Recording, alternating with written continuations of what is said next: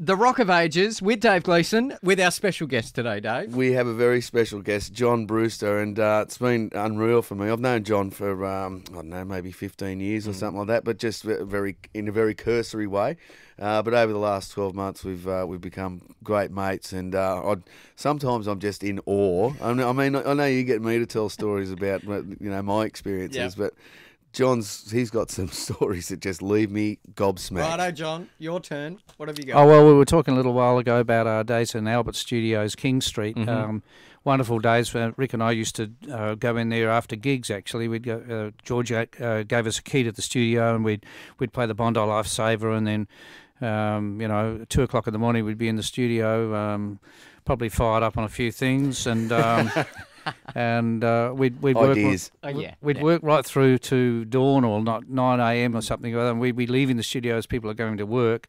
We'd go across the road to this place and get finger buns, Kit Kats, chocolate milkshakes, God knows what else. Energy food, munchy food, and but we'd spend the night recording stuff. Like Rick's lead break on Take a Long Line, for example. That was done at about 4 o'clock in the morning. Wow.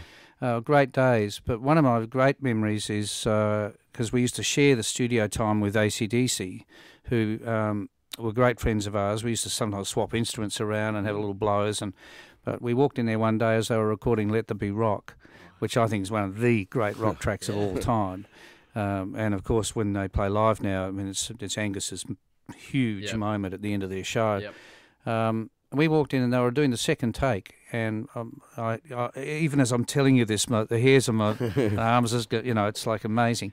And it was incredible. And George Young, at the end of the take, said to the boys, nice one. And that's when George was really happy with something. That's what he'd do. He'd say, nice one. But there's one more in you, I reckon. And so they did the third take. Unbelievable. It was just amazing. They were just going for it. And at the end of the take, Angus actually finished up on the floor, spinning around like he does on stage. The headphones went flying off his head, and as the track came to an end, the amp caught fire. Oh, that's rock! That's It was awesome. It was just amazing.